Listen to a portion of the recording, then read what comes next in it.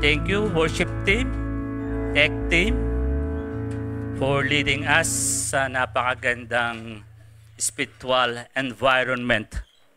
No? Ganda ng mga songs, indeed. Nag-glorify ang Lord. Hindi na sa ating mga awitin, especially sa ating mga buhay.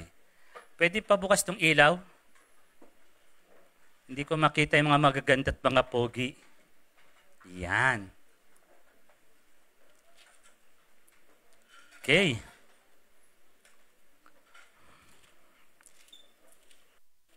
May mga bagong mukha tayong nakikita. Welcome po sa CCM.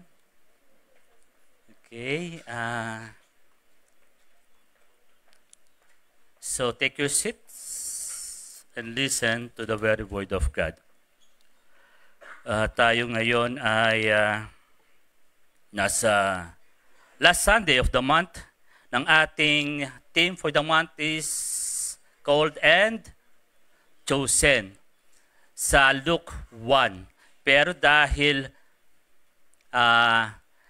tinapos ni Brother Aga nung Sunday yung chapter 1, umpisa natin sa chapter 2 ng Luke. So kung kayo ay may mga Bible, digital, physical Bible, o kung memorize nyo ang Bible, mas maganda. No? Chapter 2 ng Luke. And we will talk about yung theme pa rin natin, pero ang topic natin pag-usapan, called through suffering and chosen for glory. Tinawag ka sa pamamagitan ng mga pagdurusa, okay? At pinili ka para sa kanyang kalwalhatian. Kaya tignan mo yung katabi mo. Lumiliwanag. There's glory. No? Bakit? Kasi nga ikaw ay tinawag at ikaw ay pinili. So, kaya pwede natin sabihin, ang ating takeaway, at least bago tayo maghiwa-hiwalay mamaya, being called and chosen requires us to respond by stepping out in faith and obedience. Okay? Basahin natin sabay-sabay. 3, 2, 1.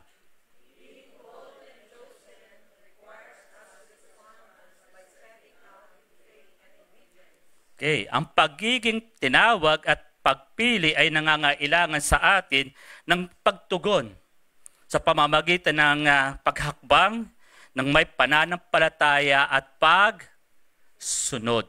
Hindi lang tayo tinawag, hindi lang tayo pinili, kundi we need to respond out of our faith and obedience. Kasi nga, pinili ka, tinawag ka, may gagawin ka para sa kingdom ng Panginoon. Amen? Hindi lang tayo basta iniligtas, kundi ang sabi ng Panginoong Yesus, tatapusin ko. Personalize, no? Tatapusin mo yung kanyang naiwan na ministry of reconciliation. No? Kailangan niyang bumalik sa ating amang nasa langit para ihanda yung ating paglalagyan.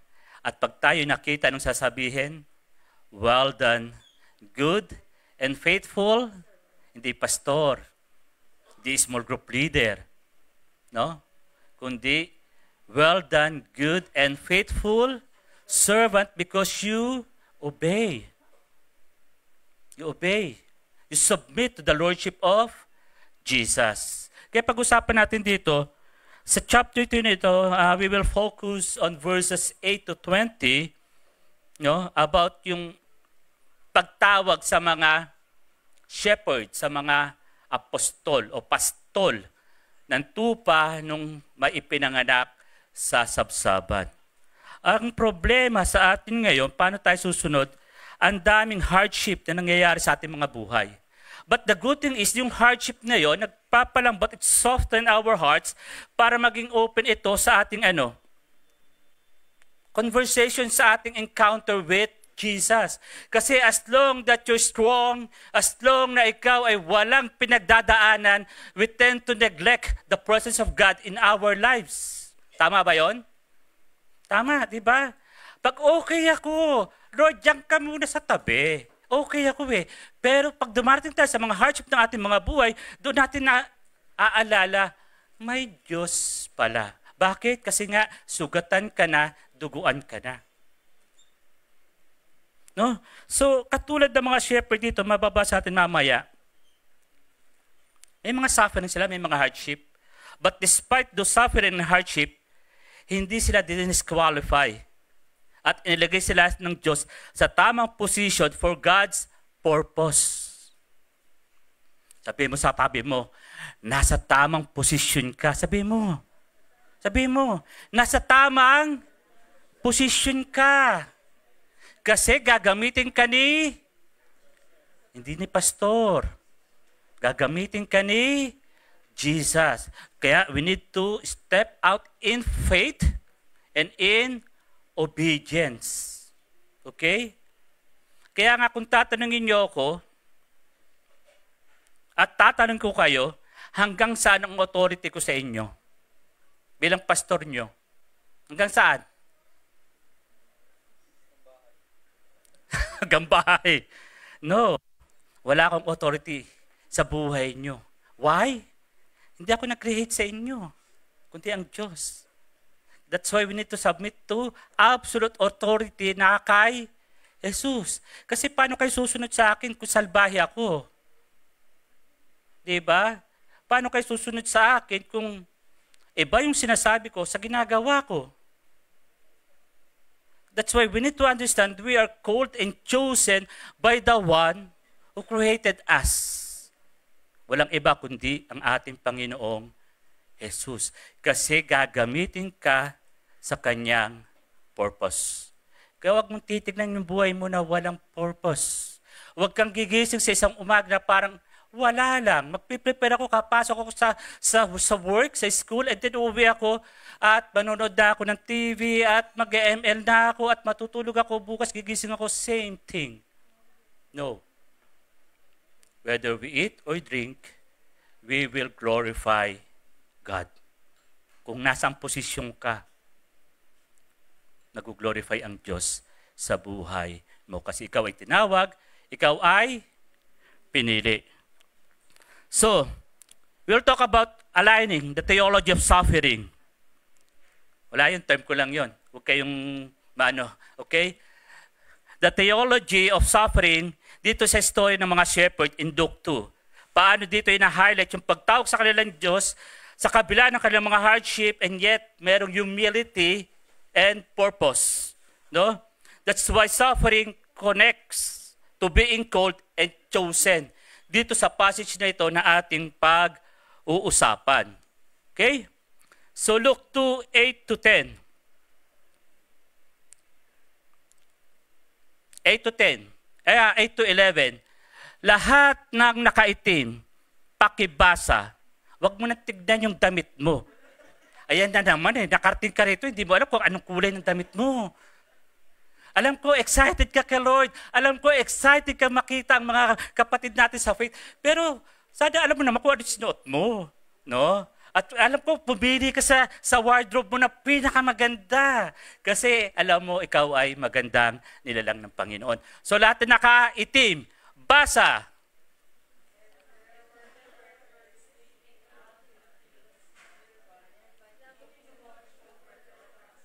Teka muna, ayan na naman. Nag-almusal ba kayo? Naligo ba kayo? Walang conviction eh. Ako, grabe yung conviction sa akin ng Holy Spirit. Nung inaaral ko to, grabe. Tapos, and there were shepherds. Okay, lahat na nakaitim with conviction. 3, 2, 1. In the fields nearby, over the flocks at night.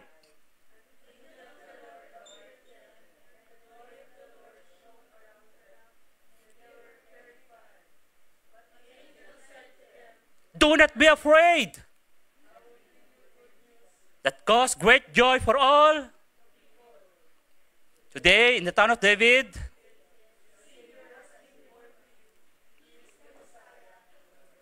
salamat sa iyong nakaka-convict na sa bayang bigkas. Grabe. Na-excite tuloy ako. No. Ang sabi dito, verse 9, may dumating na anghel. And the glory of the Lord shone around them. In original term, yung shone, tinignan ko, in terms of lumens of light, 1 lumen is equal to 1 candle light. Okay? Equivalent to 500 lumens. At hindi gradual. Bigla. Gabi, nagbabantay ng kanilang mga tupa, biglang sumobrang liwanag because of the glory of the Lord. Lumiwanag. Kaya ang sabi ng angel, muli, do not be afraid. Remember, sinasabi ko sa inyo, every time na mag-appear ang angel, ang lagi niya sinasabi, do not be afraid. Tignan mo yung katabi mo, kahit nakakatakot yan, baka anghel yan. Kahit parang ang hirap, magtiwala parang hindi mabait. Pero baka anghel yan.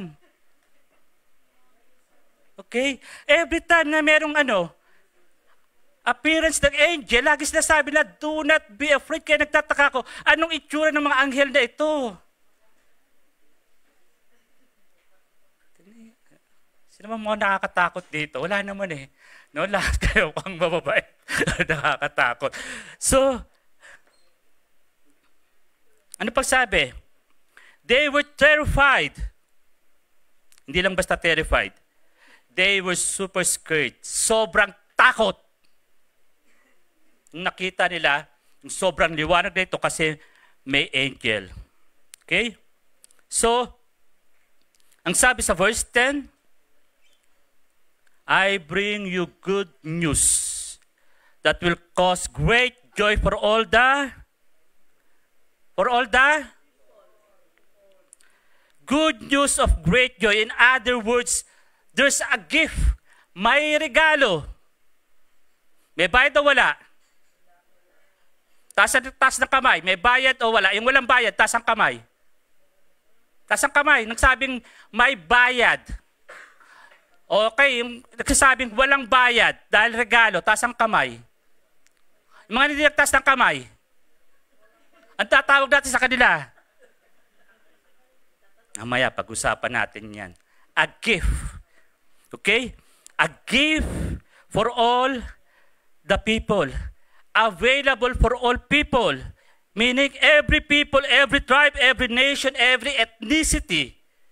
Every economic class, every age, every man and women, every region, every language, every position, every talent, every lack of talent, every athlete, every band member, every singer, every academic, every simple-minded person, every student, every teacher, every criminal, every judge, every law enforcement official, every red, every green, or pink, or independent, every soldier, every terrorist, every sinner, every saint, every preacher, every prostitute, every gossiper, in other words, marites, every generous person, every greedy person, every Ginebra fan, or Lakers fan, no? Every country person, every provinciano, every city person, every homeless person, every blue-collar worker, every white-collar worker, every minimum wage earner, o kung sino ka man, every parent, every child, every church member, every atheist, every king, every shepherd. This gift is for everyone and anyone. All people available. Saan ka doon? Saan ka doon? Sinong terrorist dito? Umaamin na. Sinong kriminal dito? Ayun ang maganda sa gospel. Ito yung maganda doon sa sinasabing meron siyang good news na available sa lahat ng tao. And yet, tayo ang tingin natin sa sarili natin, kina-qualify natin na hindi ako yun kasi wala akong kakayanan. But the good news is available sa iyo yung sinasabi ng angel na may darating na regalo. Okay? So point number 1, ano yung nakita natin dito? God calls the unexpected and unworthy. Tinatawag ng Diyos ang hindi o walang maasahan na tinatawag at hindi karapat-dapat. The shepherd represents the lowly and afflicted. No? Tapos, ano pa? Sila yung nasa socially and economically na marginalized. Okay? Nabubuhay sa kahirapan. Hindi rin sila mga religious elites na Pharisees and scribes, hindi rin sila mga kings, hindi rin sila yung mga learned and influential, but common laborers. Itong mga shepherd na ito.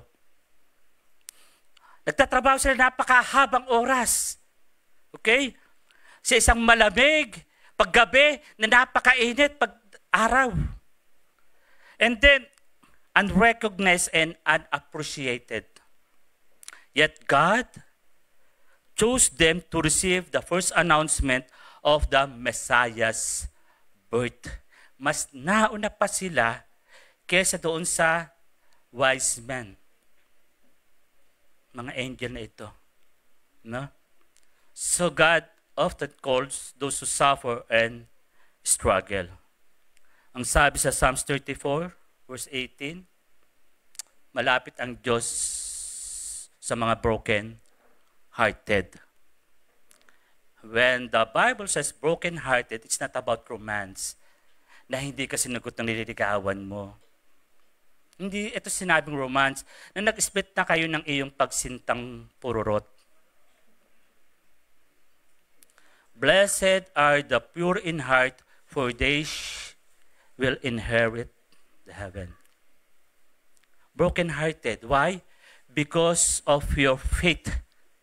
Ikaw ay inuusig. Ikaw ay pinapersecute. Dahil Christian ka. That's why God is very near to those who are broken-hearted. Kaya ka binasted, Nuwi, nagmamadali ka eh. Diba? May tamang panahon, ibibigay ni Lord yung suitable partner para sa iyo. O mga kabataan, anong tawag natin sa nagmamadaling nakapagrelasyon? Lakas. Pangit.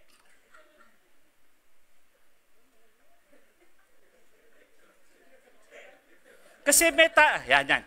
Isa pa.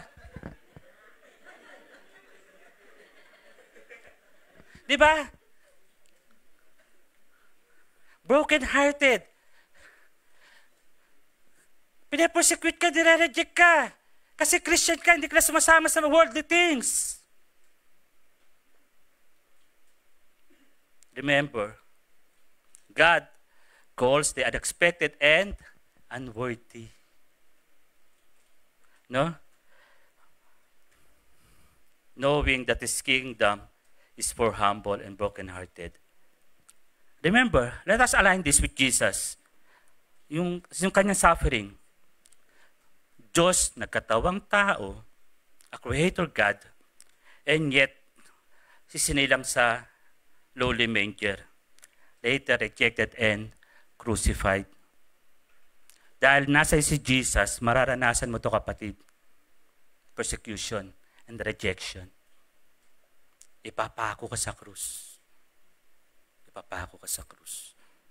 That is the cause of discipleship. That is the cause of following Jesus. That's why Jesus told us, carry our cross daily. That we need to die daily. That we need to transform our mind so that we know that the will of God is good, pleasing, and perfect. But the good thing is, sino yung tumawag sa iyo? Sino? Sino? Ang God. Kasi meron kang purpose. Kahit na walang naniniwala sa iyo. Meron kang purpose. Hindi ka lang kinreate na Diyos para magpapogi, magpaganda, para mag-TikTok. You are created by God and for God. Remember, ulitin ko, you are created by God and for God. That is your purpose. That is my purpose.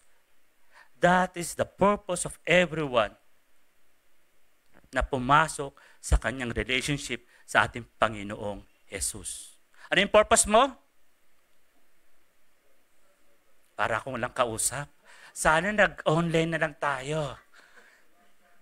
Ano yung purpose natin? We are created by God and for God.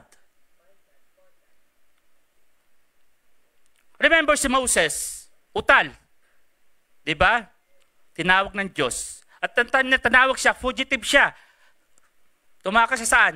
Sa Egypt, ando dun siya sa isang lugar. Nakala niya wala na siyang gagawin. Tinawag ng Diyos para ano? Palayain ng mga Israelites from Egyptian. Si David, tagapag-alaga ng tupa. Sabi ng mga kapatid niya, ano ginagawa mo rito? Nagdala lang naman ako ng sandwich para sa inyo. Doon ka saan? Sa field. And later become the what? The king.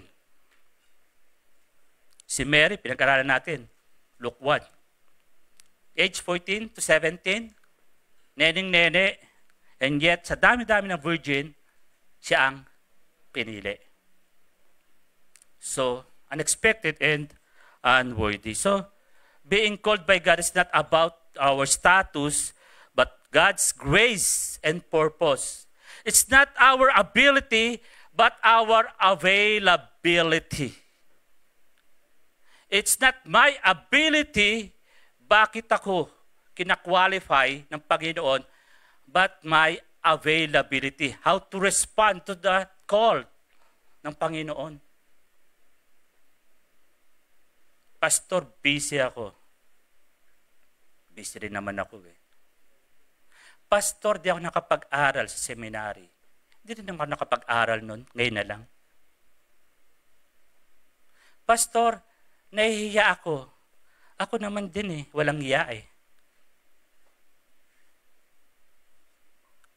There's so many reasons kung bakit tayo nahihirapan sumunod. Kasi we qualify ourselves. Tinawag ka nga, pinili ka nga eh. Almost 8 billion people in the world, binigyan ka ng privilege na i-share yung good news, yung gospel. Kung papupuntahin ka ni BBM sa Malacanang, patatagalin mo ba?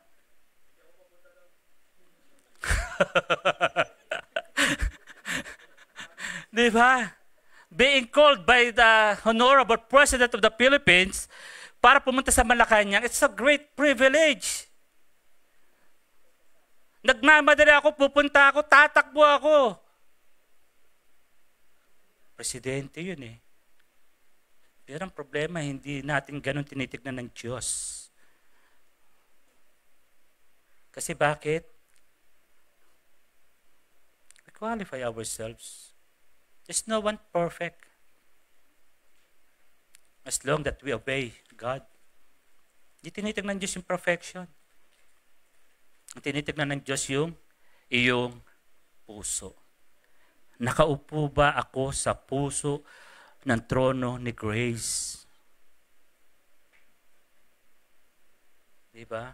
O ni Raquel, ako ba'y nakaupo rito sa puso nila? O sila pa rin? Kaya paano magre-respond kung hindi tayo nakaupo doon sa trono? Kasi hindi si Jesus nakaupo doon sa trono ng ating heart. Mahirap talaga. Mahirap. So, being called by God is not about status, but God's grace and purpose. Kasi kaya niyang tabunan yung ating mga weaknesses, yung ating mga iniquities, yung ating mga reasons. Meron siyang biyaya. Okay? Number 2, 12 to 16. Paki ano nga? Yan. Basahin ng hindi nakaitim na damit.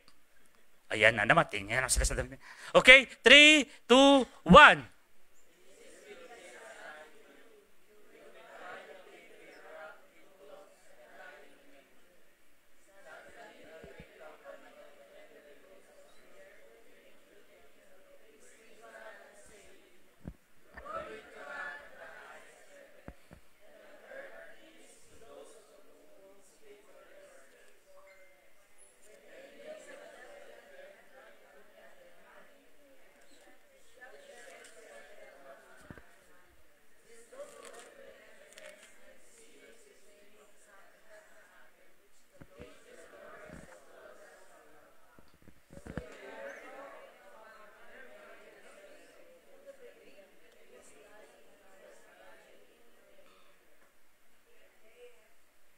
Okay, thank you. Sabi, balikan natin verse 9. First, it was an angel of the Lord who appeared, no? Then the glory of the Lord. In 11, ang sabi ron, a Savior who is Messiah, the Lord. Now, this will be assigned to you. May assignment. Makikita mo, mayroong baby wrapped in cloth and lying in a manger. Nagpakita ang anghel, an angel of the Lord, and the glory of the Lord, at sinabi, ando doon yung Savior, the Messiah, the Lord, pero ipapanganak sa sabsaban. No castle, no palace, no hospital, not even house and crib. Ang sabi, born in a manger, wrapped in cheapest cloths. Hindi lang basta cloth to, na cheapest. Kasi nga manger Okay?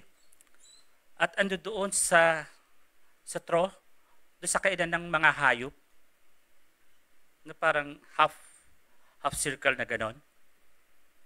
Ando doon, yung sabing good news, yung gift. Suddenly, a great company of heavenly hosts. Mga angel. Una, isang angel lang. And then, bigla naman nagdatingan maraming angel. Palagay nyo, gaano karami? Gaano karami? Great company of heavenly hosts. Ang sabi sa 5, Revelation 5, 11 to 12. May pinakita kay John, Panginoong Diyos. Sabi ni John, tumingin ulit ako at narinig ko ang mga anghel. Ang dami-dami nila, milyon-milyon. Nakapalibot sila sa trono sa apat na buhay na nilang at sa mga elders. At kumakanta sila ng malakas. Ang tupang pinatay ay karapat dapat na tumanggap ng kapangyarihan, yaman, karunungan at lakas, karangalan, kaluwalhatian at papuri. Ano sabi? Milyon-milyon. Diba? Una, isang angel lang. Do not be afraid. Tapos biglang ang dami-dami. So na-overwhelm sila. At kumakanta yung mga angel, glory to God in the highest heaven and on earth, peace to those whom His favor rest. Paano kaya, kung ilan lang kayong shepherd doon, biglang may nag-concert ng milyon-milyong angel, anong pakiramdam? Highly favored. Visualize it, mga kapatid. Andong ka sa langit. Mga anghel, ganong karami kumakanta. Glory to God in the highest heaven. Holy, holy, holy is the Lord God Almighty.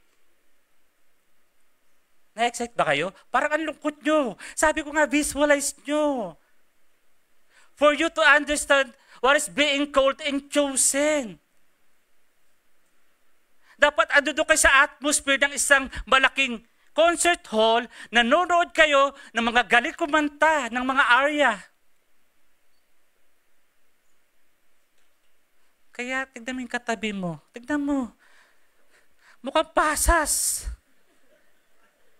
Ang lungkot, mukhang kulubot.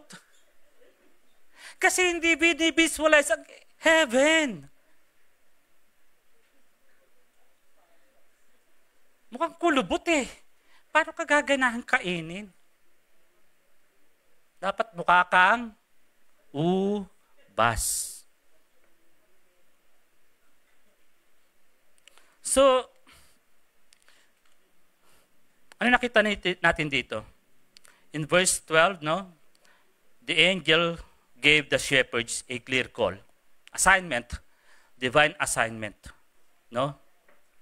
Humble setting with a humble birth of a baby in front of humble shepherds, ipinakita ng Diyos yung kanyang greatness doon sa ipinanganganak doon sa manger na iyon. Nakita nyo how God direct everything. Direct everything. Humble setting, manger. Humble birth. God, naging tao, tapos pinanganak sa sabsaban. And then these humble shepherds na dumating with those million of angels. Diba? So, is suffering, nga, often, sa ating mga hardship, pinalalambot yung puso natin para mag-create ng deeper dependence sa ating Panginoon Diyos. Para magkaroon siya talaga ng ng space that no one can fill up. There's a space in your heart na lagi nyo hahanapan ng fulfillment, ng contentment. Only God can fill those chamber sa puso nyo. Kahit sa nyo hanapin, sa career, hindi siya mafe-feel yung satisfaction. Kahit ando doon ka na sa tuktok ng iyong career. Kahit ando doon ka na sa pinaka 10 most richest family in the Philippines, merong emptiness. Because ang Panginoong Diyos lamang pwedeng mag-feel nun. Romans 5, 3-5. Pwede bang Okay, Romans 5, 3-5. Basahin natin. Ang sabi doon, kung hindi naging tapat ang ilan sa pagsunod sa Diyos, ayan, and not only so, but we are also rejoice in tribulations, knowing that tribulation worketh steadfastness. Dahil andudong ka sa tribulation, sa mga hardship, pero nagbibuild ng karakter mo, no? Ng pagiging mapagtiyaga mo. Steadfastness. 4. And steadfastness produce approval. And approval produce hope. Pag-asa. Ang dilim-dilim ng mundo natin ngayon, ang gulo-gulo ng ating gobyerno, huwag kayo mawala ng pag-asa. God is in control. Next, 5. And hope produce not to shame, not guiltiness, because the love of God hath been shed abroad in our hearts through the Holy Spirit which was given unto us. The same Spirit that raised Jesus from the dead is the same Spirit that is in you. Kung sino yung Espiritu na bumuhay kay Kristo nung siya namatay after 3 days, sa lahat ng tumanggap kay Kristo, ando doon si Holy Spirit sa iyo. Alam mo ba yon? Alam mo yung kapatid? In spite of tribulation, persecution, in spite of those rejection, we have this hope. A blessed hope through the power of the Holy Spirit that is in us. Kaya huwag ka lang mawala ng pag-asa. Hindi ko alam kung anong pinagdaraanan nyo. It is relational ba? May problema sa relationship? Sa family? Sa negosyo? Sa trabaho? Dahil yung mga bossing mo, ang hirap mong intindihin. Pero wala kang magawa kasi kailangan mo ng trabaho. Nangangambuhan ka eh. May challenge ba within yourselves? Kasi alam natin, even sa atin, gusto kong bumait pero hindi ko magawa. Diba? Kasi why? Because we're living in a sinful nature. Hanggat tayo nasa sinful nature, gusto ng flesh, kasalanan. Kasalanan. Kaya po, makita natin, those who are called must respond. Ito yung point number 2 natin. Ang lahat ng tinawag ay kailangan tumugon. Hindi dahil mabait ka, hindi dahil mayaman ka, hindi dahil natalino ka, kundi anak ka ng Diyos. Remember that, mga kapatid. We are sons and daughters of a sovereign God. That's why a calling requires what? A faith-filled action. A calling requires a faith-filled action. Punong-puno ng pananampalataya. Because without faith, it's impossible to please God. Imposible ma-please mong Panginoon. Kahit anong galing mo kumanta. Kahit ang galing mo kung saan. Kung wala kang pagtitiwala sa Diyos na siyang may control ng buhay mo, we cannot please God. Not please God. That's why yung mga tao sa Hebrews 11, heroes of faith, hindi nila naranasan yung blessing ng obedience. Pinatay ni Cain, kanyang kapatid si Abel, dahil nagselos, dahil mas na-please ang God kay Abel. Wala namang gustong mangyari si Abel, kundi mag-offer sa Lord. In-offer niya yung best. Tapos si Cain, in-offer niya yung tira-tira. Walang issue sana eh. Pero dahil nagkaroon ng inggit, si Cain, pinatay yung kanyang kapatid. Natikman ba ni Abel yung blessing of obedience? Hindi. Pero nasa Hebrews 11, siya, one of those heroes of faith na pinag-usapan hanggang ngayon. Hindi nyo na makikita yung kahit na iabo ni Abel. Pero nasa Bible, pinag-uusapan yung mga heroes of faith.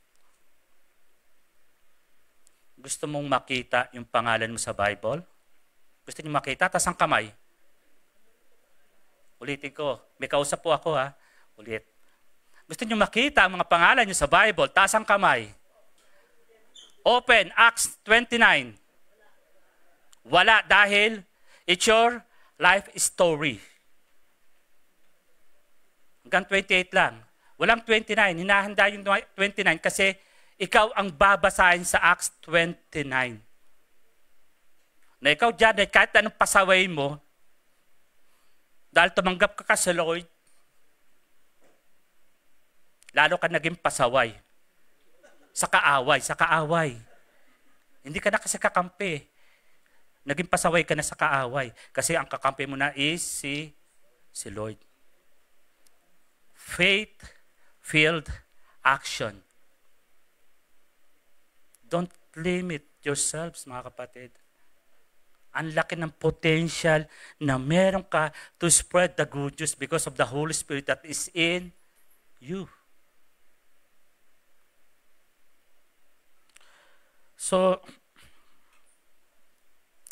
anong ginawa ng mga shepherd? They responded immediately despite their hardships, no? Iniwan yung kanilang mga alagang tupa at with faith, they went in faith to seek Jesus. Doon sa verse 15 and 16. So, magandang makita natin, mga shepherd na ito, kahit simple ang kanilang mga buhay, napakahirap, open sila doon sa God's presence kesa doon sa mga religious elites, mga religious perfect. Mas receptive yung kanilang mga puso. So, hindi patalinuhan to. Kamusta ang puso mo, kapatid? Puso ba ni Jesus ang tumitibok dito? Siya natin mga sarili. No? Let us be receptive to the angel's message, katulad ng shepherd, and have this eagerness to respond. Okay? So, verse 17 to 20. Yan. Dahil Women's Month ngayon, pakibasa nga. 3, 2, 1. Kayo, pag pinapagalitan yung mga asawa niyo, lalakas ng boses niyo. Pinapabasa kayo ng Bible. Okay. Sabay-sabay, mga women. Now, this is your month. Okay, 3, 2, 1.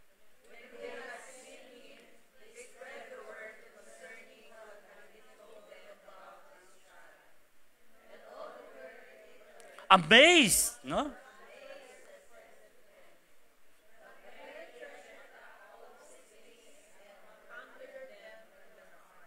Yan.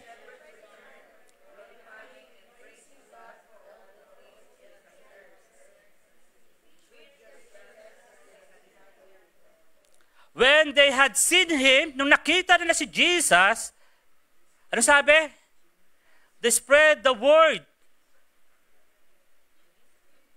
After meeting Jesus, the shepherd became the first evangelist. No? Dito sa verse 17 and 18. They joyfully share the news despite their low status. Nakalimutan nila yung kalalagayan nila sa buhay. Ang importante, ipamalita na may pinanganak sa kasapsaban. Na nagpakita ang glory ng Panginoon dito sa ipinanganak na ito. A gift sa lahat. May bayad o wala? Yan na naman tayo. Halimbawa, birthday ni Ate Debbie. Best friend ko to eh. So gusto ko bigyan siya ng regalo. Gift. Nagpunta ako sa mall, sa department store. Gusto ko siyang bigyan ng iPad. Gadget. Halimbawa. Tapos, nung birthday ni Ate Debbie, may party siya. Grabe, bonggacious. Sabi ko, my best friend is my gift. Tinanggap niya. Nakita niyo? May bayad o wala? Taas ang kamay nang may sabing may bayad.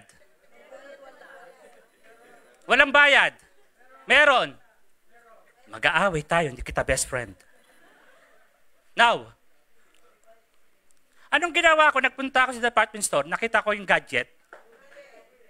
Walang nakatingin. Makakatipid ako. Anong ginawa ko? Kinupit ko.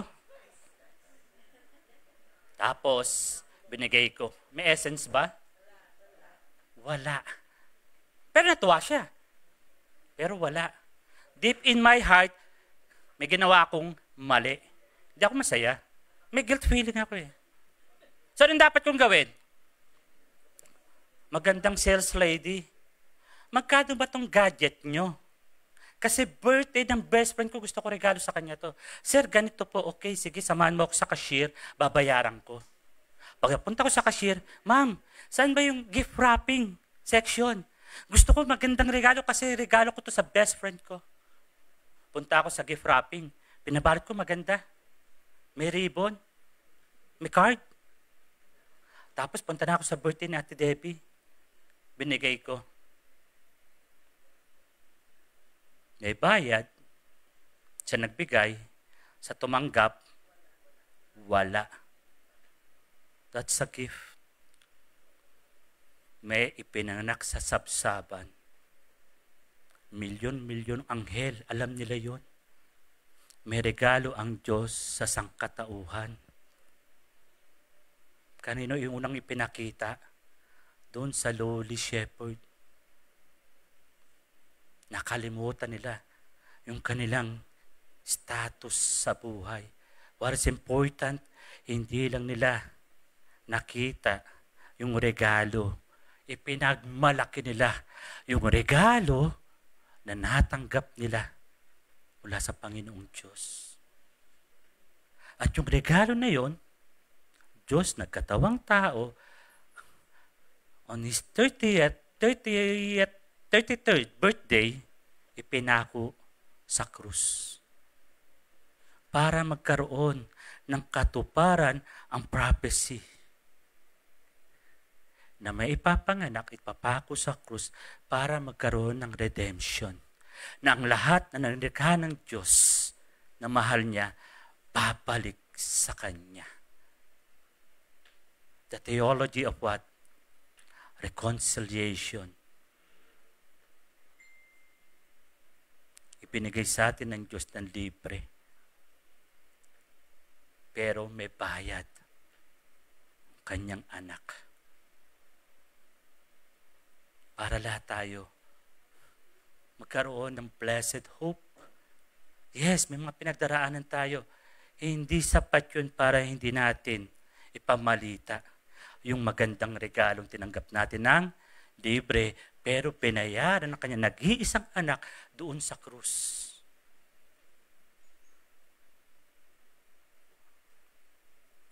Being chosen leads to a mission. May mission tayo, mga kapatid. Meron tayong regalo. Pag may nakita ka, natanggap ka magandang regalo, ipinagmamalaki mo. Isinusuot mo. Kung ito man ay damit, ina-appropriate mo, sinusuot mo. Para makita ng iba. Katulad ito, regalo lang sa akin. Regalo sa akin to. Tuwan-tuwa ako, sinusuot ko. Bakit? Tumingin ako sa salamin eh. Pag nakaganto pala ako, gwapong-gwapo ako. Pag naka-t-shirt ako pang bahay, parang hindi. Diba? Regalo sa akin eh. Kaya isusuot ko, lalo Sunday. Makikita niyong lahat eh. Eh pag sa bahay lang, makikita na ako, asawa ko lang makapag-appreciate sa akin. So ganun, nakikita natin, lahat po tayo ay may mission. Okay? Go and make disciple of all nations. Okay? Ang mga shepherd, after seeing Jesus, they become first evangelists, joyfully sharing the news despite their low status. Ordinary men sila. They were chosen to spread the news of the Messiah. At pagkatapos noon, nakita nga natin dito, na the shepherds gave glory to God by sharing the gospel. So, ang bautisa po sa atin ay yun nga, tayo ay nasa world of suffering. But as a disciple, we must preach the gospel despite opposition and hardship. We must preach the gospel. No? Our suffering does not disqualify us from being chosen. Ang totoo, pag ikaw ay dinidisqualify ng iba dahil ikaw ay pinili, ito talaga ang confirmation na ikaw ay pinili, na ikaw ay tinawag. Kaya kung hindi ka pinipersecute, hindi ka nire-reject, hindi ka nasasabihan dahil sa iyong faith, may problema tayo dyan. May problema tayo dyan. Baka hindi natin pinagmamalaki yung regalo na natanggap natin. Okay? In this world, you will have trouble. But take heart, I have overcome the world. Sabi ni Jesus. No? Take heart, I have overcome the world. That's why Those who are called are sent with a mission to share what they have seen and heard. No? Lahat ng nakita natin, gusto nating ipakita. Nanood tayo ng magandang sine, palabas, gusto nating ikwento. Not pre-preempt tuloy yung mga gustong manood. No? Nung kailan ba? Wednesday, Thursday? Yung laban ni Ayala? Yung tennis player natin? Sinanood? Lumamang pa siya ng konti eh. Pero nagkaroon ng injury. Hindi na makahabol doon sa bola. Pero kahit ganun pa man, pinagmamalaki mo kasi siya ay Chinese. Pilipino eh. Kadugo mo eh, kababayan mo. Yung tagumpay niya, kahit hanggang semis lang, tagumpay na rin natin. Tulad din pa kayo pag lumalaban, kaya marami sa inyo wala. Nanonood kasi Sunday. Pero proud na proud tayo kasi bakit? Pilipino. So kung ano yung nakita natin, ano yung narinig natin, ano yung tinanggap natin, we are in a mission to spread that gift. Okay, mga kapatid? Pastor, kailangan pa ba pumunta sa bundok ng tralala? Pastor, pupunta pa ba ako doon sa mga 1040 windows ng mundong ito na kung saan ando doon yung mga tao na hindi pa na-reach out? No. Kung nasaan ka nakatayo, yun ang iyong mission field. Nasa community ka, makipagmarites ka, walang masama ron. Sinong topic mo? Si Jesus. Okay? Nasa campus ka, nasa workplace ka, si Jesus. Jesus. Kasi nga, ikaw ay pinili, ikaw ay tinawag para sa isang mission. So, sa ating pagtatapos, the shepherd, itong binasa natin in Luke 2, verses 8 to 20, nirepresent ito tayong lahat. Tayong lahat. We are called despite our background, iba-iba ating mga background. We are chosen to encounter Jesus, hindi lang ating mga problema sa araw-araw, hindi lang yung ating mga hardship and suffering. What's important is to encounter Jesus every day. Ang problema, paggising mo, yung problema mo sa trabaho, nakatulog ka na, dala-dala mo pa. Pumasok ka ng trabaho, dala-dala mo pa.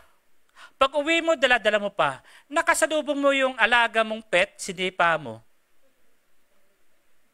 Nakasalubong mo yung asawa mo, binulyawan mo. Sinalubong ka ng anak mo kasi na-miss ka, gusto kang yakapin, pinalo mo. Because, hindi ka nagkaroon ng intentionality to encounter Jesus right at the first hour ng buhay mo. Umarap ka sa maraming trouble ng mundong ito, hindi mo kaya. Only Jesus. That's why we are not created for glory. Only God can handle glory. Dahil pag tayo ang kumuha ng glory, magiging prideful tayo. Ungrateful. We cannot handle glory because we're not created for it. Ang sabi ron, and the glory of the Lord shone upon them. Hindi their glory, hindi yung glory ng mga shepherd, but the glory of the Lord. It's not about us, mga kapatid. It's all about Jesus. That is in us. Kaya nga tayo, nag-iiba yung ating mga pananaw.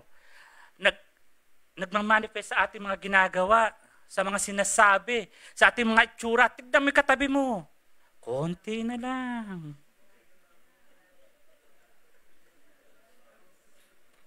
Salbayan, konting salbahin na lang. Matarayan, konting mataray na lang. Kasi bakit? Yung Christ-likeness ay nagpo-proseso sa kanyang buhay. Kasi everyday. Hindi pag-ibig niya sa Lord, hindi pag-ibig ko sa Lord. It's because the love of God in me, bakit ako nagiging katulad ni Kristo? Kasi He's a covenant God. Ano man ang mangyari sa akin, hindi man ako magiging tapat. Siya ang Diyos na magiging tapat para maging katulad ako ni Kristo.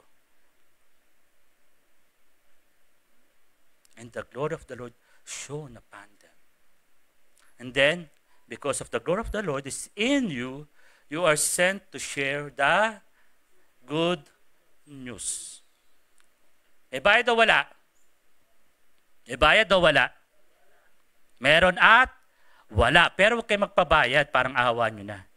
Pag nagsashare kayo ng gospel, sapat na yung bayad ni Kristo sa krus para sa ating lahat. Okay? Sapat na. Okay? Huwag magpabayad. So, sa ating reflection, no, God chooses the lowly, calls them to Himself, and send them to proclaim His glory. Katulad ng mga shepherd, tayong lahat ay tinatawag sa ating mga suffering. Hindi para iwan tayo doon sa sitwasyon na yun, pero yun nga, dalhin tayo from our suffering to His purpose and send us to be His witnesses. Okay? From your suffering, gagamitin ka ni Lord. Let's ask ourselves sa ating reflection, questions, no? Am I willing to respond to God's call like the shepherds did? Tutugon ba ako katulad ng mga shepherd na yon, despite of their suffering, of their lowly status? At ako ba'y magsishare ng good news? Kahit na may nagdaraanan ako. Ako ba'y magsishare ng good news kasi wala ako sa aking comfort zone? Ako ba'y magsishare ng good news kasi wala akong pambayad ng kuryente, ng tubig eh? Unahin ko pa ba yun? Kailangan siguro unahin ko muna saan ako kukuha ng pambayad at tubig.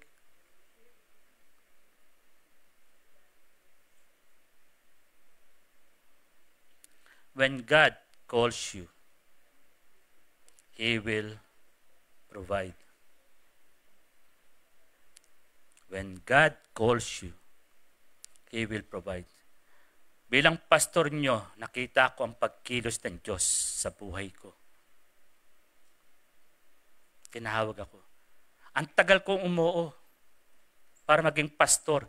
Kasi impostor ako eh. Impostor na naging pastor. May pinag-aaral ako 5 anak. Hirap na hirap nga ako paaralin eh. Magpo-full time ako sa ministry. Walang kita rito eh.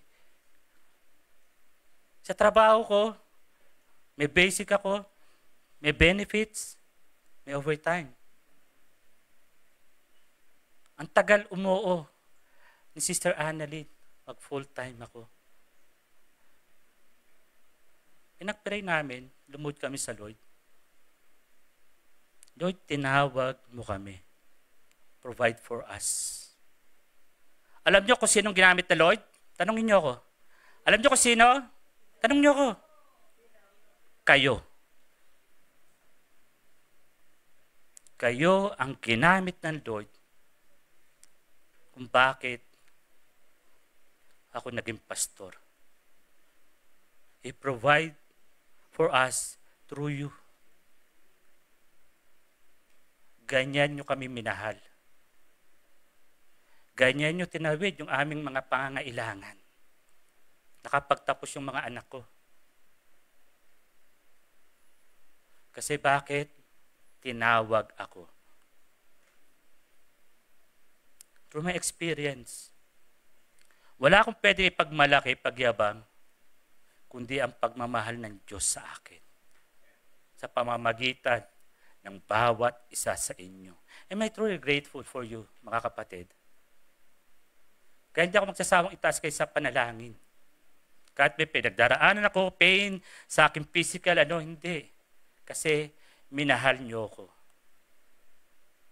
Maraming salamat sa pagmamahal. Yes, may mga lapses ako bilang pastor niyo. May mga kapalpakan, kasablayan, pero mahal ko kayo. I don't care anong status niyo sa buhay. Tinignan niyo ko bilang ako. Mahal ko kayo lahat. Kaya patuloy ako magpapagamit sa Lord kasi alam ko kung paano naging tapat ang Diyos. Hindi lang sa akin, kundi sa pamilya ko. You want breakthrough in life? You want breakthrough in life? Walang sikreto. Let us respond to the call of God. So, sabi ko nga, I want to appreciate all of you. Pero because ngayon, Women's Month, I'm truly blessed with tayo nga mga women's, yung mga young pro and beyond. Tayo kayo. Yes, tayo kayo. Tayo na kayo, huwag kayo upo. Tayo kayo, mga young pro and beyond. Alam nyo, itong mga kababaihan na to, grabe ang sakripisyo nila, yung mga nanay sa pamilya. Yung mga na young pro, para sa pamilya. Hindi madali. Hindi pa madali. Pero, the Lord qualified them because the Lord loved them. Yes, may makapalpakan din sila. Namamidig na. Pero mahal ka ni Lord. Amen? So, let us all pray for them. Extend nyo yung mga kamay sa kanila. No? Sa lahat sa kanila, please extend your right hand. And let us speak blessing upon them. Kasi nga, there is a Women's Month. Maraming sakripisyo itong mga ito, pero grabe yung calling sa ministry.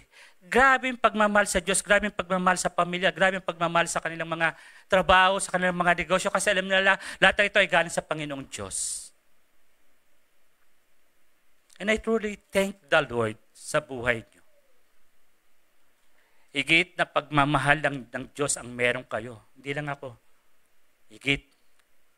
Kaya kung may mga times na yun nga, parang tingin sa sarili niyo, napapagod na kayo, you want to quit? Wag. Andi dito kami, mga nakaupo, to pray for you, to inspire you, to encourage you. Wala susuko. Proverbs 31, 25 to 26. She is clothed with strength and dignity. She can laugh at the days to come. She speaks with wisdom, and faithful instruction is on her tongue. So let's extend our blessing to them, mga kapatid. And let's pray. Heavenly Father, we come before you today with hearts full of gratitude for all these women of you. Na you place them in our lives. And Lord, we thank you for their strength, for their love, for their wisdom, and unwavering faith. You have created them in your image, beautifully and wonderfully made to be nurturers, leaders, and pillars of faith. Lord, we ask for your blessing upon every woman, mothers, daughters, sisters, and friends. May you grant them courage to face challenges, wisdom to make decisions, and peace in times of trouble. Strengthen them in their role, whether in their families, workplaces, or communities, in our church and in their ministries. Lord, protect them from harm. Fill them with your love. Guide them in their purpose. May they continue to shine as beacons of hope, kindness, and faith, inspiring others to their actions. Let them always remember that they are cherished, valued, and deeply loved by you and by us. In Jesus' name I pray. In Jesus' name we pray. Amen. Amen. Palakpakan natin ang Diyos sa buhay ng mga kababaihan na ito.